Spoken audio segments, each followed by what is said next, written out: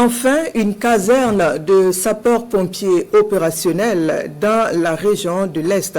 Le capitaine Ibrahim Traoré faisait la promesse dans le mois de mai 2023 lors d'une visite et c'est désormais chose faite. Le ministre d'État, ministre de l'administration territoriale et de la mobilité a inauguré la 14e compagnie d'incendie et de secours de la Brigade nationale des sapeurs-pompiers le lundi 20 janvier dernier. Le reportage de Aruna Kaboré et Rasmata Ouedraogo. Une simulation de manœuvre de sauvetage sur un bâtiment à niveau à Fadangourma pour prouver que la 14e compagnie d'incendie et de secours est désormais opérationnelle.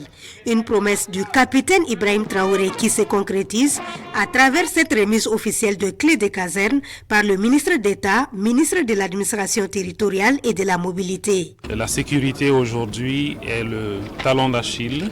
Il faut se battre pour la reconquérir et la protection civile en fait partie. Aujourd'hui, inaugurer une caserne de sapeurs-pompiers fait comprendre aux populations de la région de l'Est qu'ils ne sont pas mis de côté en termes de sécurité. Bâti sur 2,5 hectares au secteur 2 de Fadangourma, le joyau est doté d'un bâtiment des opérations et des transmissions, d'un parking d'embarquement et d'un bâtiment administratif entre autres. Son Excellence, le capitaine Ibrahim Traoré, chef de l'État, répondant à l'une des préoccupations majeures des populations de la région de l'Est, prenait l'engagement de diligenter le fonctionnement de la 14e compagnie de sapeurs-pompiers. 2 semaines après cette promesse, les soldats du feu avec l'équipement nécessaire pour le fonctionnement d'une caserne faisaient leur entrée à Fadangourma au grand bonheur des populations qui les ont accueillis en liesse. Quand on regarde cette vaste région et tout le potentiel économique, sans ce service-là, c'était vraiment difficile. Et on a vu que la Socoma qui a brûlé, il a fallu des jours pour que les sapeurs-pompiers quittent Ouaga et venir.